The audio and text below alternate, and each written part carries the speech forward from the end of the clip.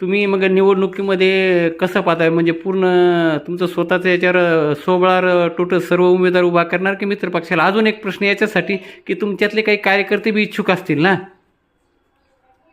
हा जो निर्णय आहे आता आमच्या पक्षातले प्रमुख आम्ही जिल्ह्याचे जिल्हाध्यक्ष अरविंद चव्हाण साहेब याबाबतचा आमचा जो अहवाल आहे ते आम्ही सांगणार आहोत की भाजप आपल्याला सोबत घेते म्हणजेच भाजप सुबळावर लढणार आहे.